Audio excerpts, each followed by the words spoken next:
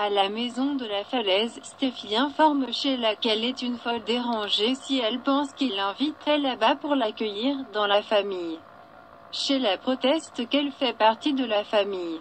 Steffi crie qu'elle lui a tiré dessus et a tué son mari. La vérité est sortie maintenant qu'elle s'en souvient. Tu es un meurtrier. Chez Brooke, elle et Hope discutent de Ridge et Liam en accordant à Steffi toute leur attention. Deacon frappe et entre. Il espérait trouver Hope à la cabane et est ravi de les trouver tous les deux là-bas. L'espoir rayonne. Deacon avale c'est juste parce qu'il n'a pas vu la voiture de Ridge. Hope explique qu'il aide Steffi à s'installer. Deacon suppose que Brooke espère qu'une fois qu'il l'aura fait, il reviendra à la raison et reviendra vers elle. Je suppose que des choses plus improbables se sont produites. À la maison de la falaise, Sheila veut que Taylor dise à Steffi d'arrêter. Elle ne l'inviterait pas là-bas et ne la tromperait pas. Elle déclare que Steffi a tort. Je ne suis pas un meurtrier. Sheila déclare que ce sont eux qui délirent. C'est dégoûtant. C'est malade. J'aimais mon fils.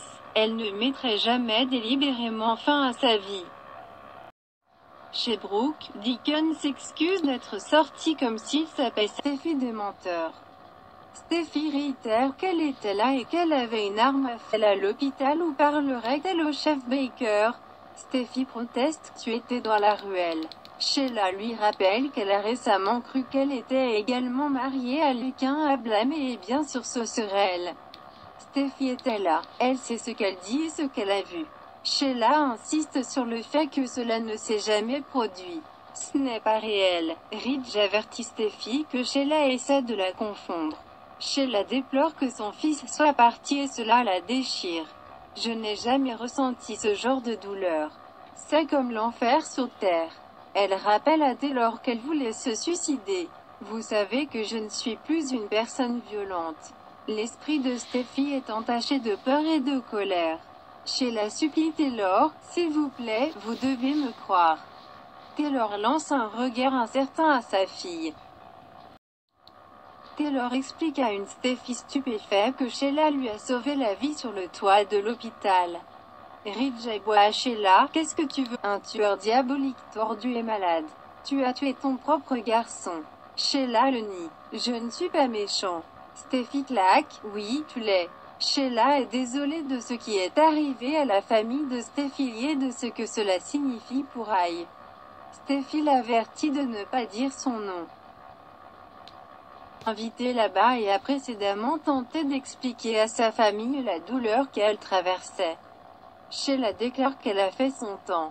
Finn a vu à quel point elle essayait. Elle pensait que Taylor l'avait vu aussi. J'ai aussi perdu mon fils cette nuit-là. Cet acte de violence insensé et je n'aurai plus jamais la chance de me racheter. Regardez comment ils se retournent tous contre elle. Sheila supplie Taylor de faire voir Ridge et Steffi. Taylor se moque. Tu penses que je te ferais? Pense que cela pourrait enfin être sa chance d'être acceptée dans leur vie. De la mort de son garçon et jure de s'assurer qu'elle passe sa vie derrière les barreaux comme j'ai tiré sur Finn, mais c'était un accident. Cela me hante chaque minute de chaque jour. Steffi et Jamie, j'espère que tu mourras derrière les barreaux. Tu devais venir après moi. Tu as dû m'attaquer. J'ai défendu ma relation avec mon fils. C'est à vous. Le sang de Finn est sur tes mains, Steffi. Le tien. Steffi crie, non, je ne suis pas, et Ridge la retient alors qu'elle se jette sur Sheila.